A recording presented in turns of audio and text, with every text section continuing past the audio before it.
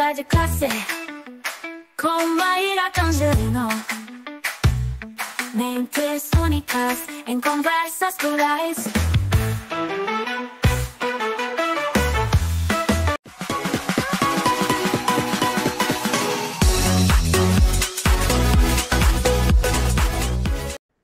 Olá, pessoal! Boas-vindas a mais um Conversa de Classe. E hoje eu tenho uma convidada incrível que ela vai falar de um tema, gente, que eu tenho certeza que transforma vidas, porque com certeza transformou a minha, e você que está assistindo a gente em algum momento também pode ter sido transformado aí pela leitura literária. E quem vai guiar a gente nessa jornada é a Carol Manzato. A Carol é uma mulher aí de muitos talentos. Ela é licenciada em letras, ela é psicopedagoga, também é mestre em educação e doutoranda em letras, e tem uma trajetória incrível aí em projetos literários, no ensino e na produção cultural. Ela disse para mim que a literatura, né, é uma grande paixão, então, portanto, ela é uma formadora aí, de leitores, e ela é uma referência aí no universo da literatura, tanto para crianças quanto jovens. Eu até combinei aqui com ela que a gente vai começando aqui direto na primeira pergunta. Então, Carol, você tem uma trajetória vasta e bastante diversificada, transitando aí entre educação, literatura e formação de leitores. Na sua visão, o que caracteriza uma leitura literária como transformadora, especialmente na infância? Carol Manzato, professora Carolina Manzato, com muita honra, bem-vinda ao Conversa de Classe. Oi, Maíra, o prazer é todo meu. Muito obrigada pelo seu convite. Cumprimento e agradeço a todos e a todas que nos assistem. Bom, a palavra transformador é muito importante na minha formação e no meu percurso como formadora de leitores, porque eu tenho uma formação freiriana e a palavra transformação é compreendida por mim a partir dessa base como uma possibilidade de se tornar crítico e crítica. E penso crítico e crítica no sentido ético da palavra, e na ética que se alinhava aos direitos humanos, na compreensão de que todos os seres humanos são iguais, não no sentido de que isso já aconteça na prática, mas na potente possibilidade de igualdade de direitos, de existência, de respeito, de compreensão, de circulação pelos lugares de privilégio, de acesso a tudo que um ser humano precisa para existir na sua integralidade. Então, eu penso assim que uma literatura transformadora é a literatura que nos permite nos compreendermos como seres pertencentes e que nos permitem também, que nos permite compreender a existência de seres que são diferentes de nós, mas que também pertencem a esse plano cósmico em que vivemos e que têm os mesmos direitos, as mesmas necessidades. Então, eu penso a transformação nesse sentido. E a literatura, nesse lugar, como uma linguagem da arte, a arte tem esse poder de... É um poder muito bonito, de chave e fechadura, de que, assim, no momento em que você não espera, algo te sensibiliza profundamente e te faz, como se fosse assim, compreender muitas coisas ao mesmo tempo, né? E aí eu acho que leituras literárias podem nos fazer esse despertar para nós mesmos e para o outro. Carol, que resposta linda, né? E que bom, né, poder conectar os docentes, as docentes que nos assistem. Também, Carol, nós temos no nosso público muitos graduandos que ainda vão ocupar esses lugares aí na escola. Então, acho que é muito importante, né, a gente também mostrar para eles os outros universos que existem aí na educação. E lá na sua biografia, né, tem uma coisa interessante. Você pesquisa a cosmopercepção. Acho até que você começou a falar um pouquinho disso, mas sem usar esse nome. Mas principalmente a cosmopercepção negra e indígena em obras literárias para as infâncias. O que eu quero te perguntar é como essas narrativas podem contribuir para a construção de identidades mais plurais e empáticas nas escolas. Ai, que pergunta legal. Obrigada por considerar minha pesquisa atual. Sim, esse é o tema da minha pesquisa de doutorado. Eu ingressei no doutorado em 24, então eu estou terminando agora o primeiro ano, cumpri os créditos. Mas, na verdade, assim, a minha correlação com esse tema acontece enquanto professora de curso de graduação. Então, eu venho da educação, tenho uma formação, eu fiz letras, mas depois eu fui para a educação e fiz um mergulho bem profundo, fiz mestrado, estudando mulheres e educação de jovens e adultos, e me tornei professora de graduação e de pós-graduação. Eu saí da sala de aula em dezembro de 22. Então, fiquei 15 anos professora do ensino superior e, enquanto professora do ensino superior, num determinado momento, a disciplina de História e Cultura Indígena e Afro-Brasileira ficou sob minha responsabilidade e eu sou uma pessoa muito comprometida e, embora eu já pensasse nesse sentido da empatia, da democratização dos espaços, um mergulho mais profundo em relação às populações originárias e às populações negro-brasileiras, ou mesmo africanas em outros espaços, me fez compreender muitas coisas que antes eu não compreendia. Em conjuntura a esse mergulho, então eu comecei a conversar com pessoas que são indígenas, pessoas aldeadas e pessoas urbanizadas, a conversar um pouco mais profundamente com as pessoas pretas e pardas e as pessoas quilombolas e em profunda conexão com a ancestralidade. E pude somar a mim mesma compreensões outras que às vezes me salvam. Então, ontem mesmo eu estava passando pelo meu próprio processo de terapia e conversando com a minha terapeuta sobre o quanto é difícil ser uma mulher que vai envelhecendo. Eu já sou uma mulher 40 a mais, e pela compreensão da nossa sociedade ainda europeizada, pelo viés do pensamento hegemônico, o envelhecimento é um processo praticamente de descarte. Conviver com as populações que não estão completamente contaminadas por esse pensamento, mas que conseguem um arejamento desse pensamento, me leva para um lugar de compreensão de que o envelhecimento é muito importante e muitas vezes cabe aos seres que são mais velhos papéis fundamentais aos quais só se chega por meio do envelhecimento. Em comunidades indígenas, por exemplo, em que as pessoas mais velhas são responsáveis pelo cuidado e pela educação espiritual, não no sentido religioso, mas no sentido cultural, pela espiritualidade das crianças pequenas que vão chegando. Acessar esse saber me salva de pensar que eu sou uma mulher que estou ficando velha e descartável, entende? É muito profundo, é filosófico, é bonito. E, na prática, é muito importante porque nós podemos nos somar às lutas dessas populações, e são lutas importantíssimas, a luta pelo direito à terra, a luta contra o marco temporal, a luta pela garantia do direito dos locais em que habitam as populações originárias e os quilombolas, o direito à preservação da vida e do meio ambiente dos animais, das florestas, que garantem a sobrevivência de todos nós, inclusive aqueles que não compreenderam isso, aqueles e aquelas, né? E não lutam por isso, se beneficiam dessa luta. Então, essa pesquisa é um xodó, sim, para mim. Eu tenho estudado livros que são escritos por mulheres que se colocam como mulheres encruzilhadas. São mulheres que se dispõem a essa luta e colocam nesses livros esses saberes como saberes que já fossem compartilhados por todos, de forma não pedagógica, mas que exigem ainda uma mediação, e é um trabalho lindíssimo. Obrigada por ter perguntado. Eu que te agradeço, Carol, e até falo assim, né? Eu também sou uma mulher 40 a mais, e muitas vezes eu até falo para as pessoas assim, gente, vocês não têm que falar para uma mulher 40 a mais, parabéns porque você parece jovem ou algo do tipo, né?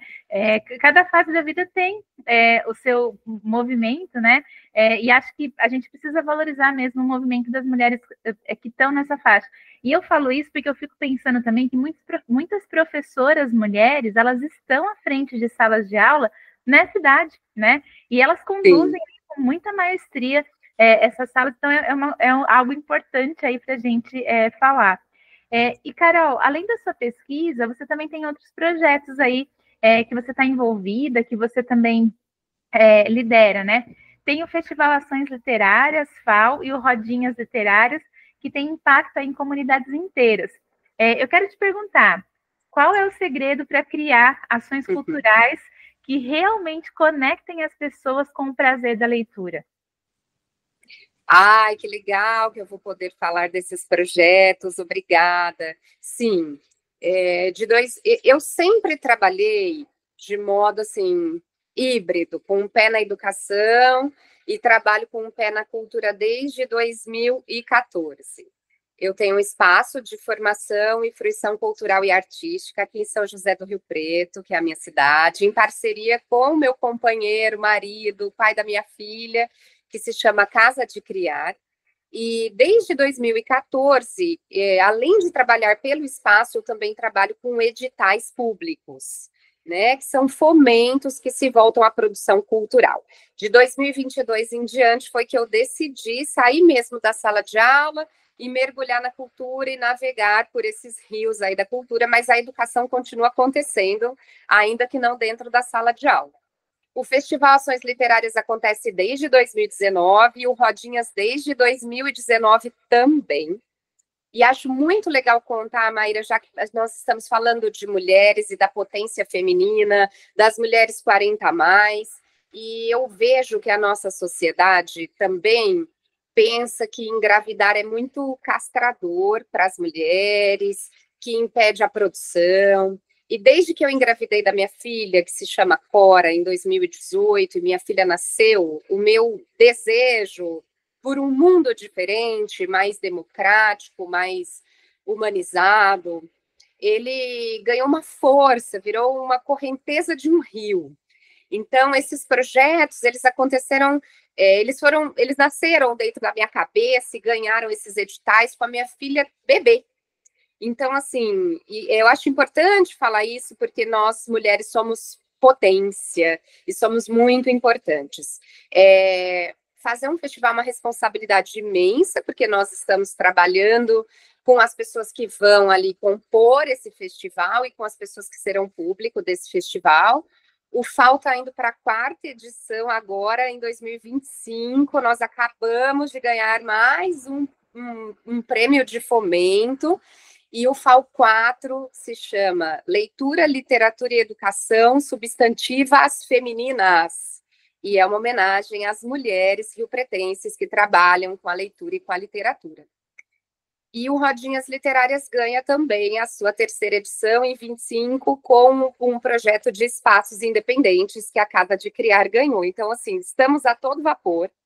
E acredito muito nesse movimento que eu chamo de um movimento ético alinhado e costurado com os direitos humanos. Então, eu me compreendo nesta luta, eu me compreendo como um ser que olha, pensa e está em constante construção e buscando corrigir os próprios erros, né? Eu acho assim, nós temos um histórico de colonização, nós temos muitos reparos a fazer em relação a esse processo de colonização e de recolonização que acontece. Então, eu fico muito conectada a esses movimentos e penso sempre em como promover brechas, arejamentos. Então, por exemplo, o FAO 4, que é um festival voltado a mulheres, ele precisa de um espaço de infâncias, porque para que as mulheres participem, para que as mulheres possam ser o foco, para que as mulheres se sentem numa cadeira e conversem comigo com a cabeça tranquila, eu preciso de uma rede de pessoas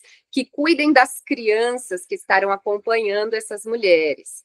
Então, eu sempre penso, né, nesse lugar de cuidado sistêmico, em rede. O FAO 3 foi um FAO que homenageou uma pessoa indígena, que é o nosso escritor Olívio Jecopé, que veio com a família toda para São José do Rio Preto. Eu lanço o livro de memórias desse festival agora, dia 14 de dezembro, no Sesc, aqui em Rio Preto. Essa família volta para cá. E nesse festival eu cometi alguns equívocos. Sempre cometeremos equívocos. Então, foi a primeira vez em que eu homenageei uma pessoa viva e que compreendi a impregnação hegemônica ainda em mim, mas eu me abro para o diálogo e para a escuta, tentando fazer uma escuta de qualidade, procuro fazer uma movimentação em relação ao próximo passo. Então, eu admito que eu sempre cometerei erros, eu admito que eu estou em construção, eu me abro para uma pesquisa constante, uma constante escuta e um constante diálogo. Que lindo, Carol, isso é maravilhoso, né? E inspirador, né? Para quem está ouvindo a gente, para quem. E aqui também a gente está aprendendo, né? Eu falo também que nesse processo aqui de construir o conversa de classe é um aprendizado atrás do outro, exercitando a escuta, né? E principalmente aprendendo também a perguntar. E eu estava lembrando que bem na semana que a gente foi combinar a entrevista, né? Só para o pessoal saber, gente, é 2024, a entrevista da Carol está indo ao ar em 2025, mas antes disso, né? Quando a gente estava fazendo os trâmites ali, tinha saído uma notícia, né? Dizendo que esse último ano aqui foi o ano que parece que as pessoas menos leram aqui no Brasil, né? E essa pesquisa foi até amplamente divulgada aí nas redes. A leitura, ela tem enfrentado vários desafios por conta das redes sociais, por conta da tecnologia. E para a gente até finalizar, eu queria saber como que você enxerga o papel dos educadores, das educadoras, como mediadores aí de leitura para manter a literatura viva e relevante para crianças e jovens. Eu vou começar te respondendo, Maíra, pelo seguinte. Eu compreendo que nós vivemos em um país que passa e repassa por projetos de deseducação, por conta de nosso histórico colonial. Eu fiz uma pesquisa muito profunda em relação à história do analfabetismo do país durante o meu mestrado e compreendi muitas medidas que eram medidas inerentes ao pacto colonial, como a proibição da circulação de livros no território, como uma carta que determinava a queima das primeiras gráficas, dos papéis impressos. Então, nós temos um histórico que nos traz consequências, e uma dessas consequências é que o trabalho com a formação do leitor é uma luta constante. É você ser mesmo o peixe de pororoca que nada contra a correnteza. Então, nós que somos da educação, não podemos desanimar, porque nós já precisamos saber dessa informação, né? E isso vai acontecendo ao longo do tempo e se transformando de muitas maneiras. É óbvio que nós não vivemos a colonização que vivemos entre 1500 e 1800, tralalá, até nos tornarmos império. Mas nós, por exemplo, tivemos uma família real que veio para o Brasil e esqueceu a biblioteca toda na beira da praia. Essa biblioteca real veio para cá depois e custou muito caro para a coroa portuguesa o resgate dessa biblioteca. Grande parte dela se encontra hoje no Gabinete Real de Leitura, lá no Rio de Janeiro. É um lugar lindíssimo. Mas esse enrosco com a leitura é um enrosco histórico. É um enrosco... E eu me motivo sabendo disso, assim. Em contrapartida, nós que observamos a festa da Bienal do Livro de 24, por exemplo, vimos um frisson dos jovens leitores em busca dos livros. Nós iremos ao ar em 25, mas nós estamos em 24, no final de semana da Comic Con em São Paulo, e eu tenho muitos amigos e muitas amigas que estão lá e que mandaram vídeos e da lotação em torno dos quadrinhos. Os quadrinhos eu compreendo como uma arte híbrida, mas que passa ali pela literatura de alguma maneira, uma arte super complexa, e é incrível fazer a leitura de quadrinhos, porque você ativa várias leituras ao mesmo tempo. Então, nós não podemos desanimar e precisamos saber que a empreitada é luta, e é luta constante. E a primeira coisa que nós precisamos fazer para nos colocarmos nessa luta, como guerreiros e guerreiras potentes e de corpo firme e forte, é nos fazermos leitores constantes e também nos desprendermos das possibilidades convencionais de leitura. Eu sou fã de livro, eu amo livro, eu fiz uma transposição de carreira, eu me lembro da conversa com o meu pai, que é professor também, e que me dá livros desde que eu era uma criança muito pequena, e eu tenho todos esses livros guardados.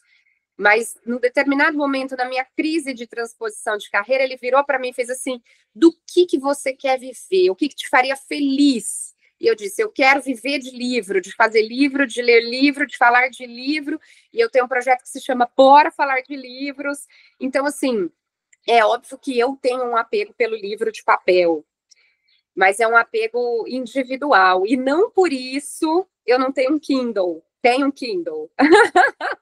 E compartilho, eu sou uma mulher 40 a mais fazendo doutorado e tenho muitos colegas e muitas colegas incríveis com 20 e poucos anos, e eu me disponibilizo a fazer essas leituras. E também compreendo, quando me vejo permeada por Paulo Freire, que é minha base, meu respaldo teórico de comportamento de vida, eu compreendo a leitura que extrapola a palavra, né? A leitura que é uma leitura de mundo, e a leitura de mundo exige movimento. Exige o que eu brinco de superação de Paulo Freire hoje, que é a gente adicionar um saber de terreiro ao que o Paulo Freire traz, e esse saber de terreiro, ele exige ginga, ele exige que você saiba gingar. Então, eu penso muito assim, Maíra. Que maravilhoso, Carol. E olha, que bom, né, poder trazer a sua voz aqui para poder chegar para outras pessoas que eu tenho certeza que a gente sempre encontra, né? Pessoas que também pensam do mesmo jeito e estão esperando, né, ressoar aí em alguém. Carol, eu queria te agradecer. Muito obrigada pela generosidade, pelas palavras maravilhosas, pelo exemplo impactante de vida mesmo, e você trazer esse exemplo e contar aqui para a gente. Quero saber se você quer dar uma despedida aí para as pessoas que estão vendo a gente. Eu quero agradecer muito assim, ao público, a todo mundo que virá interagir conosco. Quero agradecer especialmente ao Renato Santos, que foi quem fez a ponte entre nós. Deixo aí a homenagem ao Renato, falando da ginga e da capoeira. Ele é professor de capoeira. Então, Renato, leitura e capoeira, ó, tudo a ver. Obrigada por ter sido a ponte. E quero dizer que foi um prazer imenso te conhecer, Maíra, e que eu adoro conhecer mulheres que fazem trabalhos importantes e que somam nessa luta aí da educação, da leitura, da literatura e de tudo que podemos fazer para esse mundo vindouro. Eu que te agradeço, e estamos aí conectadas, né? E conectadas com todo mundo que assiste aqui o Conversa de Classe. E, pessoal, a gente se vê no próximo Conversa de Classe. Até mais!